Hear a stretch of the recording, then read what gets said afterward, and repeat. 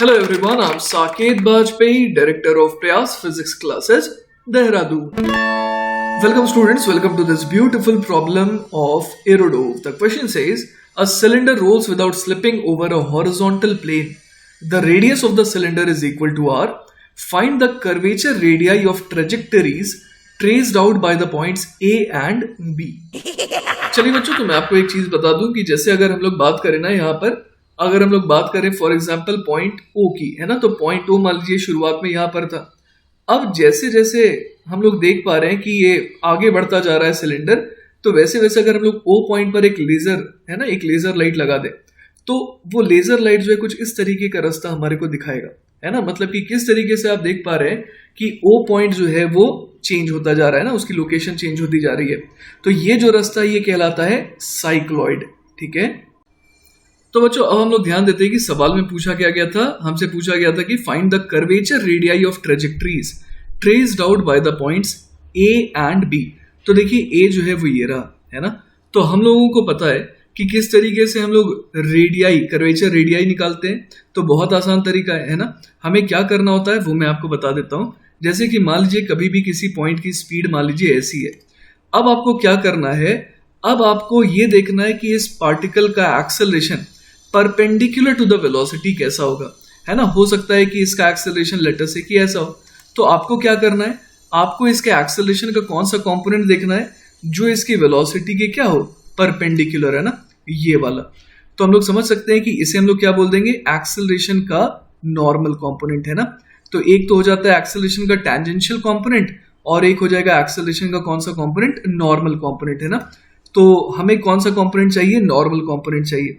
तो अगर ये दोनों चीजें हमें मिल जाए ना, तो हम लोग क्या बोल सकते हैं कि रेडियस ऑफ कर्वेचर हो जाएगा v square upon a normal, ठीक है। तो चलिए इसके ऊपर काम करते हैं। जैसा कि हम लोग देख पा रहे हैं बच्चों की जो a पॉइंट है ना, अगर मैं a पॉइंट यहां पर बनाने की कोशिश करूं तो a पॉइंट यहां पर है। अब इसकी स्पीड जो है हमें पता है कि कितनी हो जाती है, इसकी स्पीड हो जाती है ट्वाइस ऑफ आर ओमेगा। ऐसा क्यों, क्योंकि ट्रांसलेशन की वजह से स्पीड v और रोटेशन की वजह से omega r and v is equal to omega r होता ही है ना। जब ये क्या कर रहा है, प्योर रोलिंग कर रहा है ग्राउंड पे। तो हम लोग देख पा रहे हैं कि a पॉइंट की स्पीड कितनी हो गई, 2r ओमेगा हो गई।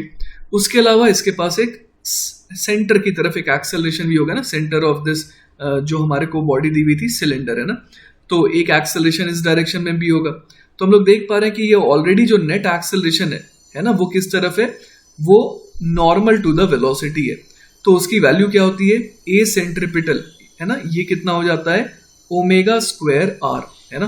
तो यहां पर हम लोग आर सी की वैल्यू क्या भर सकते हैं, ये हो जाएगा ट्वाइस ऑफ आर ओमेगा का भी square divided by omega square r.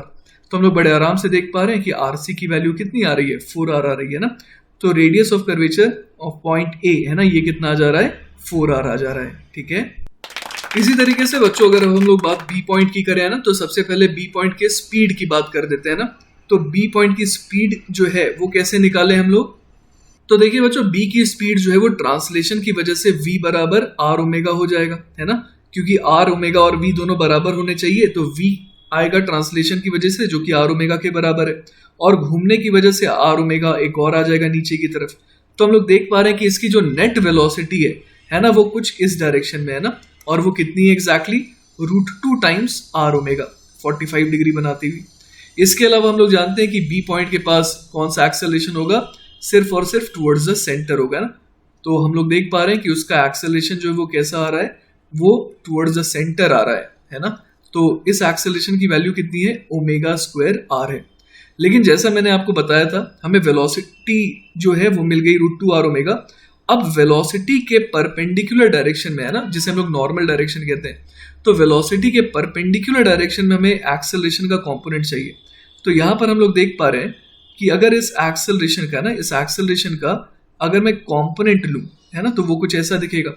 तो इसे ही हम लोग ए एन या फिर नॉर्मल एक्सेलरेशन कह देंगे।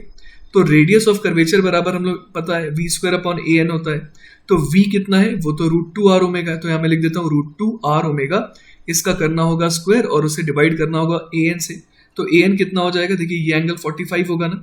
तो ये एंगल 45 होगा, तो हम लोग ए एन कितना लिख सकते हैं, omega square R cos of 45 degree. तो यहाँ से देखिए रेडियस ऑफ कर्वेचर कितना आ जाएगा, तो √2 का स्क्वायर 2 हो गया और cos 45 1/√2, तो ये ऊपर चला गया तो ये बन गया 2√2 r के बराबर। तो हम लोग देख पा रहे हैं बच्चों की रेडियस ऑफ कर्वेचर है ना पॉइंट बी के हिसाब से अगर बात करें तो वो कितना आ रहा है 2√2 r आ रहा है। तो अलग अलग जगह का रेडियस ऑफ कर्वेचर अलग अलग आना भी चाहिए था, क्योंकि हम लोग देख पा रहे हैं कि ट्रेजेक्ट्री जो है ना वो किस तरीके की है। ऑब्वियस है कि अलग अलग जगह पर हम लोग इमेजिन कर सकते हैं कि रेडियस ऑफ कर्वेचर क्या आना चाहिए, अलग अलग आना चाहिए। ठीक है, तो बच्चों इसी के साथ हमारा ये सवाल खत्म होता है। आई होप कि सॉल्यूशन आपको अच्छे से समझ में आया होगा। फिर भी बच्चों अगर कोई डाउट रह जाता है ना, then feel free to contact me, I will be very happy to help you. Take care बच्चों, बाय बाय।